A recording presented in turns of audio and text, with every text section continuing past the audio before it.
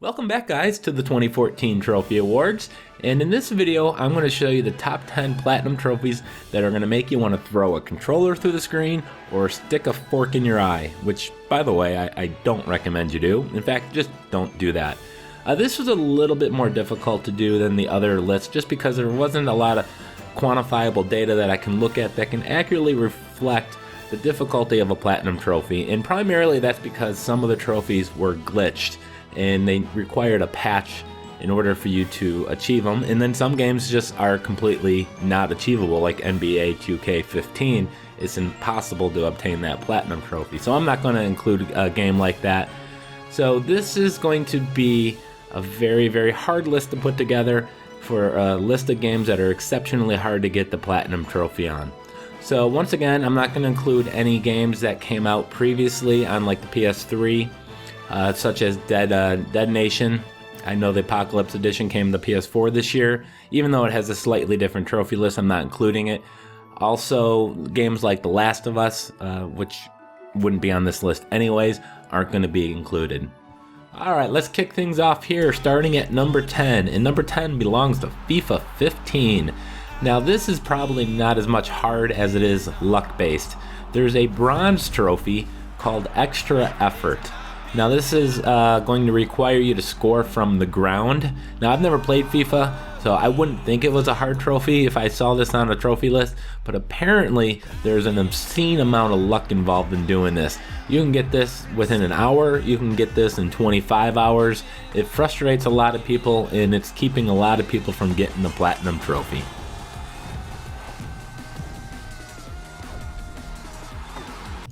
Alright, number 9. This belongs to The Crew.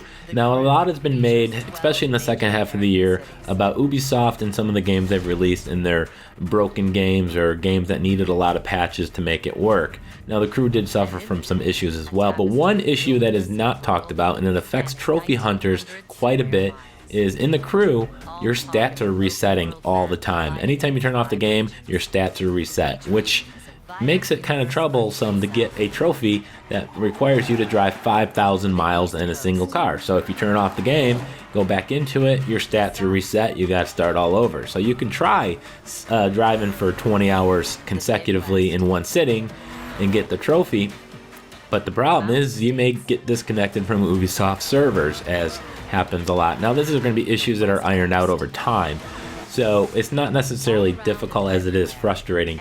But there is still a trophy where you need to get 50 platinum medals, and you get that once you get to rank 50. You have to go replay story missions to get 50 medals. So it is a little bit kind of a difficult task there.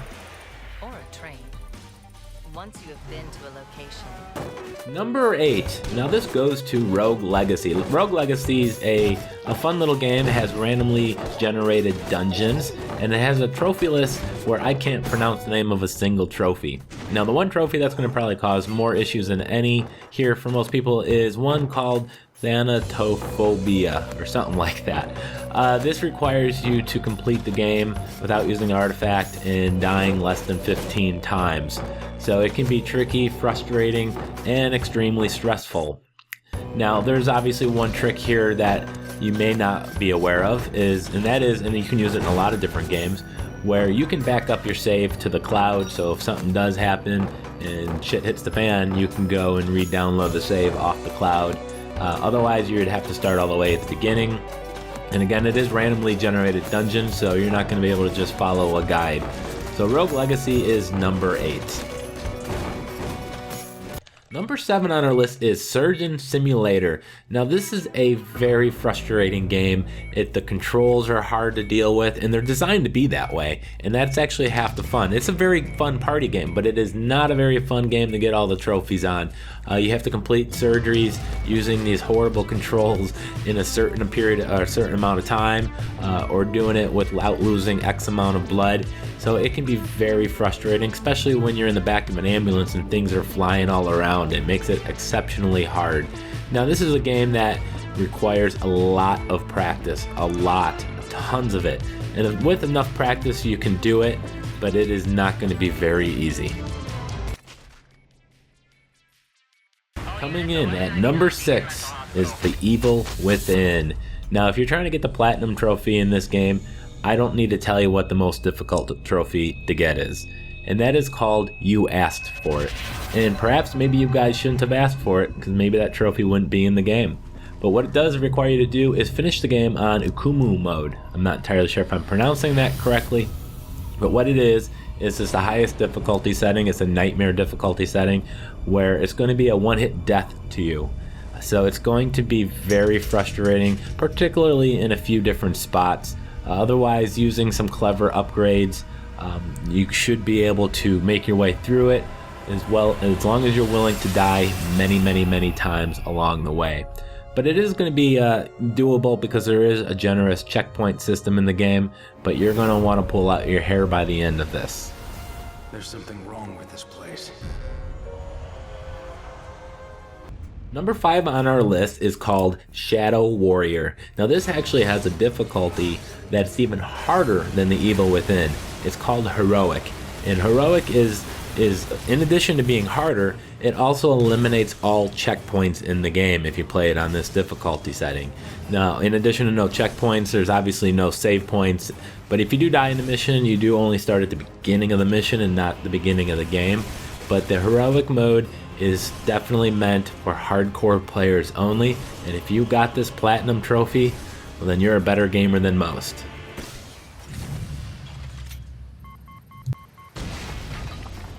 Hard to believe we still have 4 more left, and number 4 is going to belong to Velocity 2X.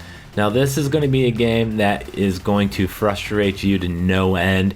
You're going to have just ridiculous amount of reflexes, skill, practice, and the hard trophy to get here is called Future Lab Certified, which is going to require you to get 50 perfect medals. Now there's 50 levels in this game, and to get a perfect medal you're going to have to beat the level under the gold time, which in of itself is tricky, but you also, while doing it, have to rescue all the survivors, collect all the crystals, and beat the high score, and all of that without dying in each of the 50 levels. Number 3 on our list is Geometry Wars 3 Dimensions. Now this game is going to require extreme cat-like reflexes. There's so much going on. This is one of those games that you're either going to be able to do it or you're just not going to be able to do it. There's so much flying at you. There's challenge modes where you have to beat developers' times. The arcade mode requires you to get 3 stars on each of the levels. And I'm going to be honest with you, in my limited time in playing this game, I realized quickly that I just wasn't going to be skilled enough to get the Platinum Trophy on this. Number 2 on our list is going to be no surprise to anybody, and that is Destiny.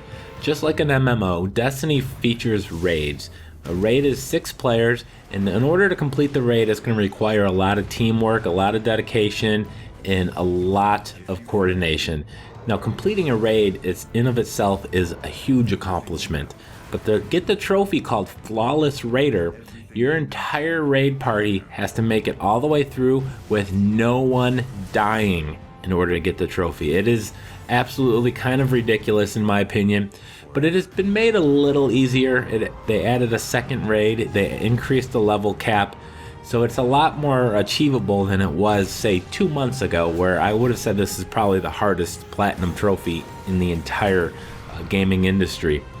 But in order to get this, you're going to have to practice with a complete raiding party of 6 people and work together and just keep trying over and over until you eventually get it. Number 1 on our list, not very surprisingly, is The Binding of Isaac Rebirth. Now this game has some issues with glitching, trophies being unattainable, has required a lot of patches. I don't even believe it's available to earn all the trophies in Europe yet. I believe North America is completely patched now, or you can get the trophies. But this is a game that's going to require several hundred hours to get. and it's very hard, and it's going to require a certain amount of luck and extremely high amount of skill in order to get the platinum trophy here. Now there's going to be some resources that are a little easier to make it easier for you rather, and there's some exploits which I'm not going to detail here, and there's also a website called the Binding of Seeds, so if you're looking for certain items, you can definitely go to that site and see which seeds will contain those items. But this is definitely, without question, the hardest platinum trophy of 2014. So that was the top 10 hardest platinums to get in 2014. If there was a game that you felt I left off the list, make sure you post it in the comments below. So I want to thank you once again for watching this. We will do one more trophy award video where I look at the best trophy list of 2014. So once again, please like, comment, subscribe, and we'll see you next time.